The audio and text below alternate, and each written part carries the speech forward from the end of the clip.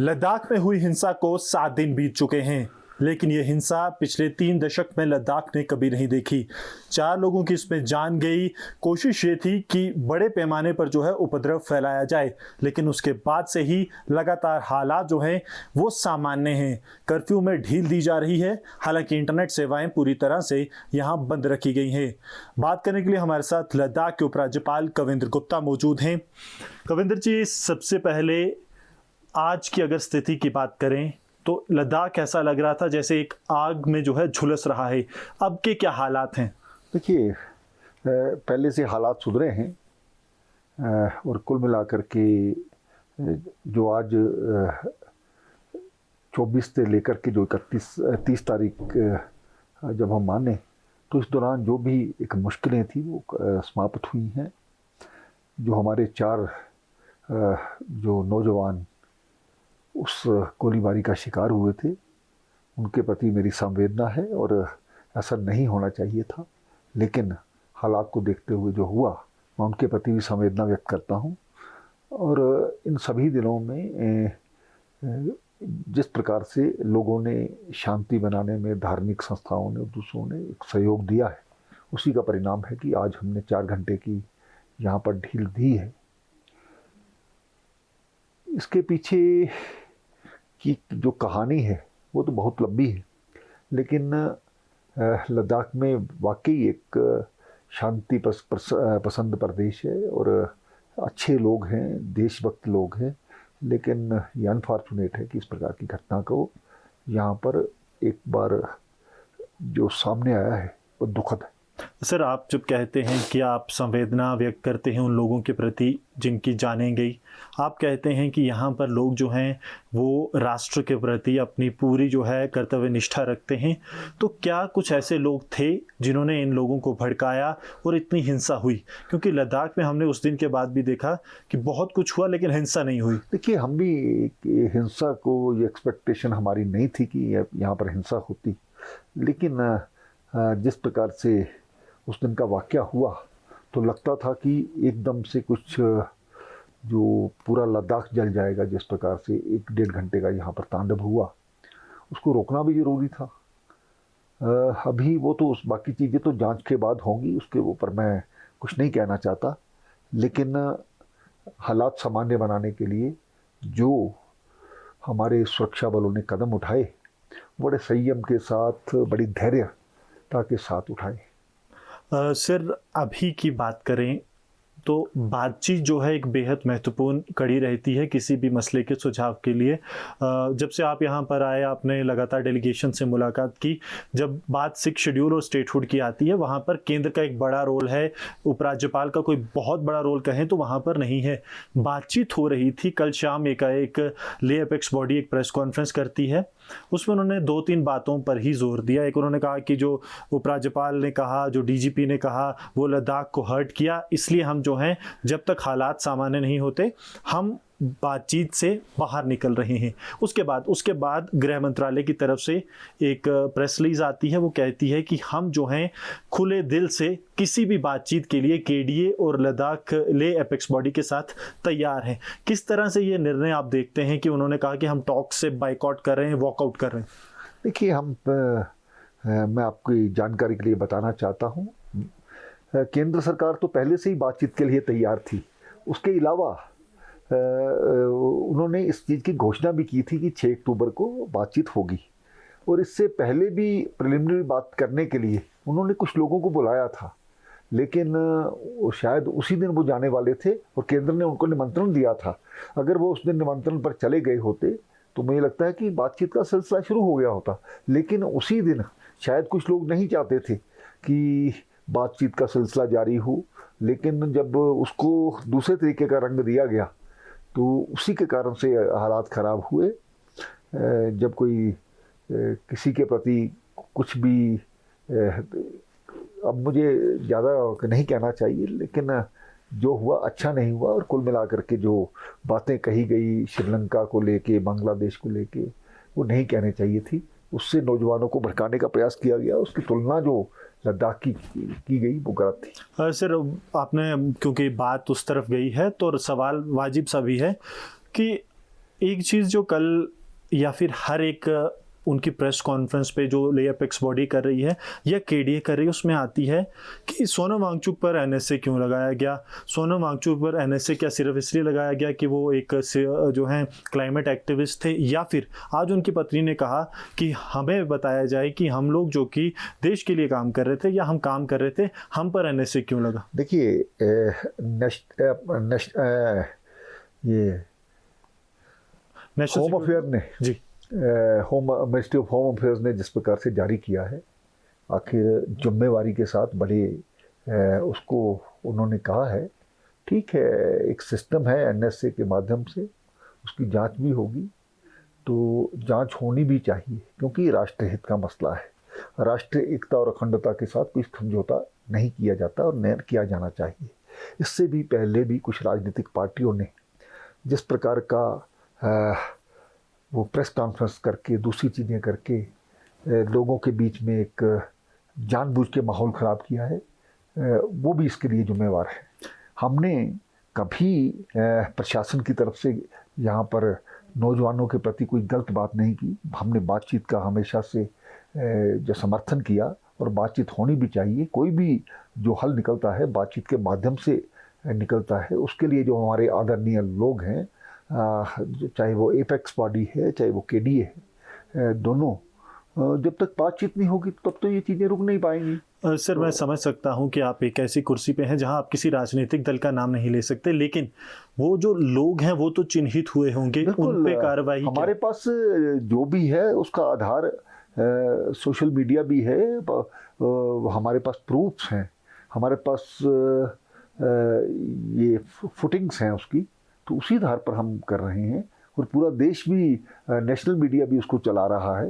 तो कुल मिला करके आखिर दोबारा इस प्रकार की घटना न हो, इसके लिए इन चीज़ों को रोकना बहुत ज़रूरी है और आइंदा इस प्रकार से लोग चिन्हित किए जाने चाहिए ताकि माहौल ख़राब ना हो। सर युवाओं को लेकर ये जो राजनिवास है इसकी क्या रणनीति है? जैसे केंद्र ने कल कहा कि लेह और कारगिल के लिए हमारे दरवाजे खुले हैं, राजनिवास की क्या पॉलिसी है युवाओं? देखिए मैं आपको ये कहना चाहता हूँ, 18 जुलाई के बाद कोई भी व्यक्ति लद्दाख में मुझे ऐसा बताए जिसने मुझसे मिलने के लिए रिक्वेस्ट की हो, बातचीत करने के लिए अपनी बात रखी हो और 2 महीने 12 दिन में एक भी व्यक्ति को मैंने इसके लिए मना किया है तो वो मुझे बता सकते हैं।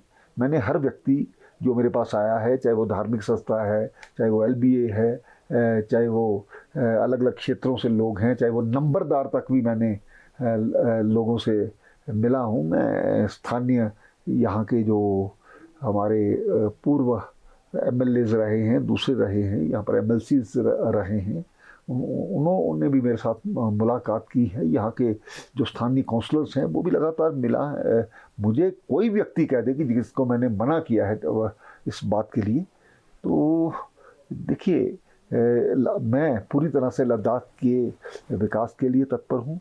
केंद्र ने जो जिस काम के लिए मुझे भेजा है, मैं चाहता हूँ यहाँ पर भाईचारा और बना रहे और केंद्र सरकार ने भी कभी इसके लिए इनकार नहीं किया है।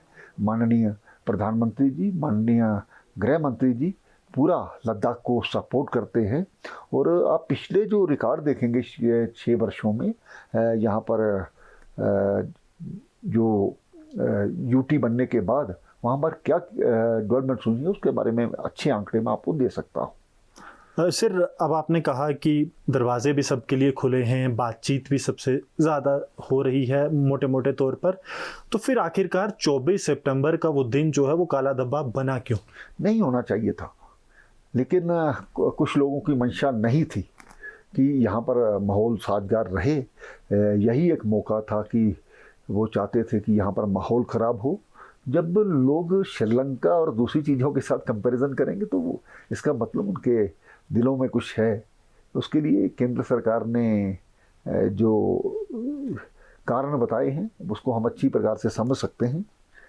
तो इसलिए अगर मुझे लगता है कि अगर इसको ना रोका जाता तो और भी तबाही हो सकती है। सर अब 24 सितंबर एक हुआ, एक 1988 की घटना है कारगिल के इतिहास में जब 4 लोगों की मौत हुई थी। अब 2025 88 एक बार फिर रिपीट हुआ, लेकिन 2025 जो है वो रिपीट ना हो, उसके लिए आपका प्रशासन जो है क्या स्टेप्स उठाएगा? क्योंकि एलजी होने के नाते यहाँ पर इलेक्टेड गवर्नमेंट लेजिस्लेचर नहीं है, तो आप ही पर जिम्मेवारी है, क्योंकि कड़े कदम कुछ उठाने पड़ सकते हैं। क्या किया जाए? देखिए, हम एक बॉर्डर स्टेट हैं, यहाँ पर चाइना भी है, यहाँ पर पाकिस्तान है। मुझे लगता है कि एक ही स्टेट है जिसमें दोनों बॉर्डर्स लगते हैं। कुछ लोग जब यहाँ पर लद्दाख की सीमाओं को लेकर के, चाइना को लेकर के दूसरी बातें करेंगे कि उनको हम आने देंगे या इसको ये ऐसा करेगा, तो ये उनका अधिकार नहीं है। ये देश की एकता और अखंडता का प्रश्न है जिस पर कोई समझौता नहीं किया जा सकता। बातचीत होनी चाहिए, संविधान के दायरे में होनी चाहिए, जो हमारे देश के लिए खतरा ना बने इस प्रकार की बात होनी चाहिए। किसी ने किसी चीज़ के लिए मना नहीं किया है। केंद्र सरकार, मैं आपको बताना चाहता हूँ, जब जम्मू कश्मीर के साथ हम थे तो 250 करोड़ रुपए का बजट था। आज यहाँ पर 2 हिल कौंसल्स हैं, कारगिल है और ये लेह है, दोनों का अपना 300 करोड़ से ज़्यादा बजट है। इसके अलावा केंद्र की जो स्कीम्स हैं उसके माध्यम से पैसा आता है। तो आज 6400 करोड़ रुपए का जो बजट है वो केंद्र से डायरेक्ट आता है। इसके बाद बीआरओ और आर्मी के अपने बजट हैं। तो चाहे वो हेल्थ सेक्टर हो, चाहे वो हमारा स्पोर्ट्स हो, हमारा टूरिज़्म हो, हमारा ये एजुकेशन सेक्टर हो, किसी भी चीज़ में कोई कसर नहीं है। और अगर आप आंकड़े देखना चाहते हैं तो बता सकता हूँ। और जम्मू कश्मीर का जब इसके साथ बंटवारा हुआ 2019 में, उसके बाद हमने क्या पाया, उसके हमारे पास आंकड़े हैं। आज लद्दाख में 4 घर जहाँ भी है वहाँ पर भी सड़क पहुँचाने का प्रयास किया गया है। कनेक्टिविटी पूरी तरह से है। आज लद्दाख एकमात्र वो राज्य है जिसमें 97% लोगों के घरों तक पानी पहुंचता है। आज लद्दाख 100% लोगों तक बिजली पहुंचा रहा है। आज हमारे यहाँ पर ई ऑफिस हैं। आज यहाँ पर केंद्र सरकार के जो भी नए कानून हैं वो यहाँ पर लागू हो रहे हैं। स्पोर्ट्स के माध्यम से हमने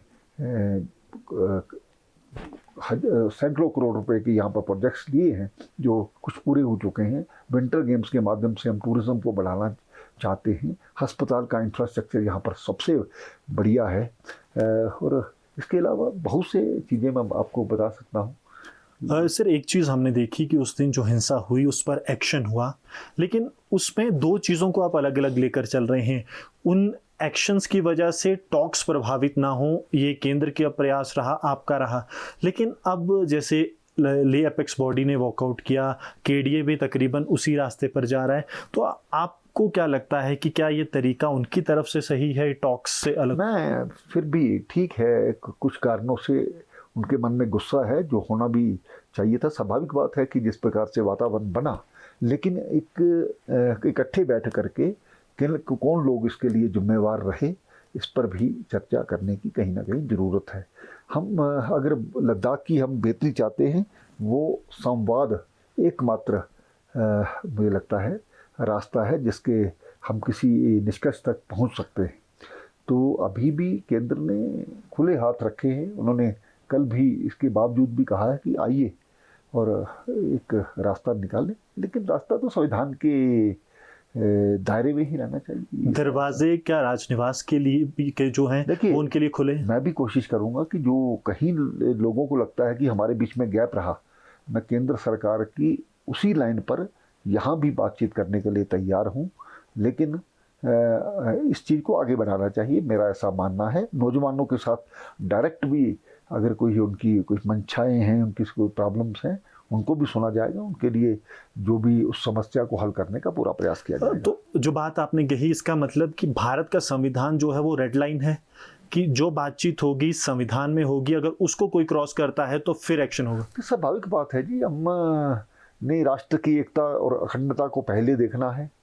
आज मुझे लगता है कि लद्दाख ठीक है, यहाँ पर कम जनसंख्या है और लोगों के जो हित है उसको पहले सुरक्षित किया जाना चाहिए, इसमें कोई दो राय नहीं है। केंद्र सरकार ने इसको माना है। आज 95 % जो है एसटी का दर्जा लद्दाख के लोगों को है, उसमें 85 है, प्लस जो 10% से इकोनॉमिकल वीकर सेक्शन है, और 2034 तक जो 5% बचता है वो भी इन्हीं लोगों के लिए है। आज यहाँ पर सर्विस सिलेक्शन बोर्ड का वो किया गया है। आज यहाँ पर मुझे लगता है कि पिछले मेरे आने के बाद लगभग 1000 पोस्ट यहाँ पर नोटिफिकेशन उसकी जारी की गई है।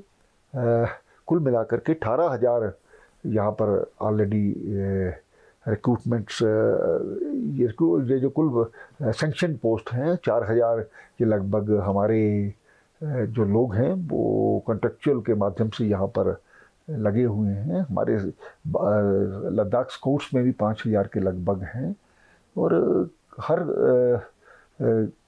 क्षेत्र में हमारे लद्दाख के हर व्यक्ति को लाभ मिले, इस प्रकार की मेरी भी कोशिश है। और मुझे लगता है कि जब तक मुझे यहाँ पर सरकार ने भेजा है, मैं यहाँ की बेहतरी के लिए काम करता रहूँगा। सर, अब मोटे मोटे तौर पे जब बात हो गई कि चीज़ें सुधर रही हैं, अब लोग एक चीज़ जानना चाहते हैं। देखिए, युवा शक्ति यहाँ बहुत ज़्यादा है। कर्फ्यू और इंटरनेट समाज कभी भी नहीं चाहता, अब मजबूरन आप लोगों को ये रिस्ट्रिक्शंस लगाने पड़े। क्या जो हालात पिछले 5-6 दिनों में बने हैं, क्या हम अगले 1-2 दिन में जो है एक प्रॉपर नॉर्मलसी की तरफ जा रहे हैं? बिल्कुल। आज भी 4 घंटे की डील है। अगर ये ठीक वातावरण रहता है तो एक्सटेंड भी किया जा सकता है। इंटरनेट की जहाँ तक बात है, कोई वो तो एहतियातन तौर पर इस प्रकार की कोशिश तो की जाती है। कल से हमारी ये भी कोशिश है, स्कूल कॉलेजेस को भी बारी बारी से यहाँ पर खोला जाना चाहिए। तो नौजवान हमारी ताकत हैं, लद्दाख की ताकत है। नौजवानों के प्रति हमारा पूरा स्नेह है। हमारे भी बच्चे हैं, हम नहीं चाहते कि वो गलत राह पर जाएं। लद्दाख की बेहतरी में वो भी हम उनके साथ कंधे से कंधा मिलाकर चलने को तैयार बैठे। बहुत बहुत शुक्रिया सर, हमसे बात करने के लिए। धन्यवाद।